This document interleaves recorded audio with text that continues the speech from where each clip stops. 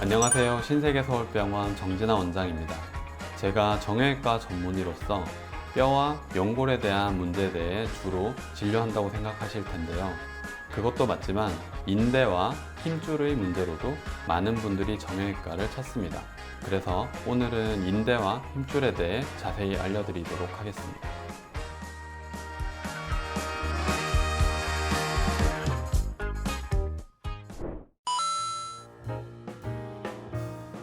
인대와 힘줄은 모두 콜라겐 성분으로 이루어진 섬유 조직입니다. 콜라겐 하면 탱탱한 느낌이 떠오르는 분들이 많으실 텐데요. 수술 시에 만져보면 실제로 그런 탄력을 느낄 수 있습니다.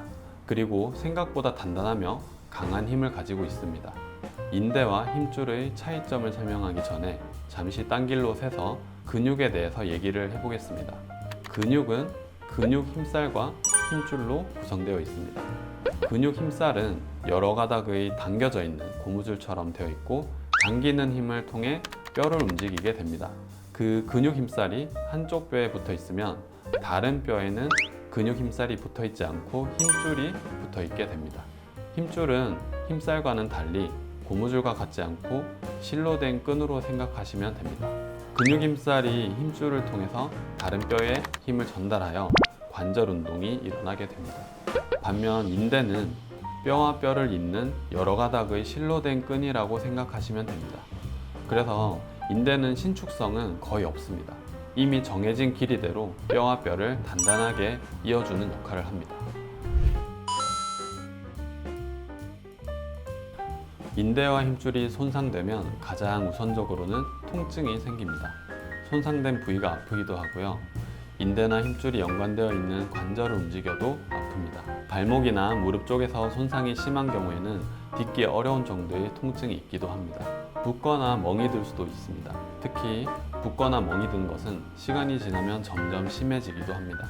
힘줄이 완전 파열된 경우에는 당기고 있는 근육 힘살이 힘줄을 당겨 가버려서 힘줄이 있던 자리가 비어 있기도 합니다.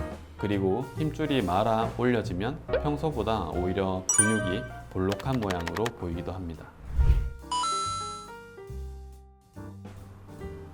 인대와 힘줄 손상에서는 초기 치료가 무엇보다도 중요합니다. 치료 방법은 힘줄별로, 인대별로 모두 다른 편이지만 기본적으로는 다친 부분을 움직이지 않고 얼음 찜질을 해주면서 가까운 정형외과로 가신다면 훌륭한 초기 처치를 하신 게 됩니다. 인대를 다치게 되면 대개는 우리 몸에 알아서 회복을 시키게 됩니다. 하지만 여러 번 손상이 있을 경우엔 원래 탄력이 있던 상태를 회복하지 못하고 늘어진 상태로 회복이 되게 됩니다.